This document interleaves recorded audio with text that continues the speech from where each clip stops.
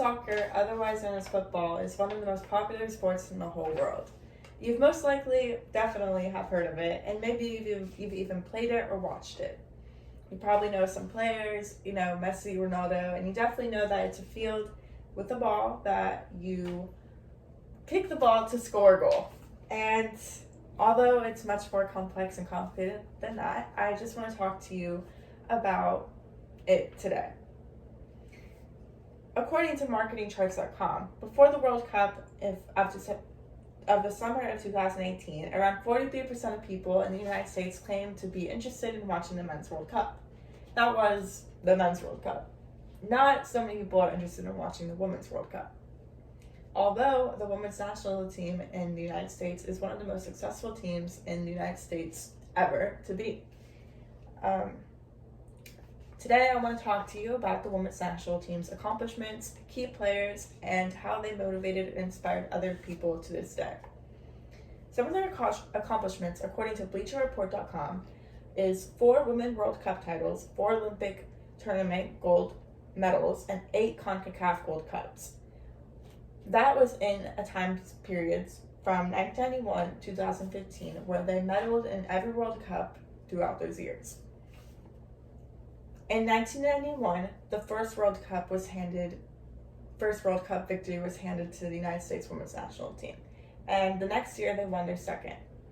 Through those years, they didn't win every single World Cup, but they've medaled in every single one, which is already amazing as is. In 2015, which was the last World Cup, the United States women's national team crushed Japan 5-2. That shows just how amazing these young women are. Some key players I want to talk about is Alex Morgan, who is known for getting the ball and putting it in the back of the net. Without goals, obviously, we wouldn't be able to win the game. And Alex Morgan is one of those key players that just gets the win down. Another player that has personally inspired me a lot since I play soccer is Mallory Pugh. She was one of the youngest girls on the women's national team, joining at just 17. She plays on the wing, which is also the position I play, and she brings the ball down and gets it in the net or crosses it to lead an assist for a goal. Another subject I want to talk about is notice how those two players are known for scoring goals or bringing the goal in. Not many people are interested or know defenders. Defenders are very, very important and key players in the game of soccer. Without defenders, the score wouldn't be the same. Some defenders I want to recognize today are Ali Krieger and Emily Sonnet.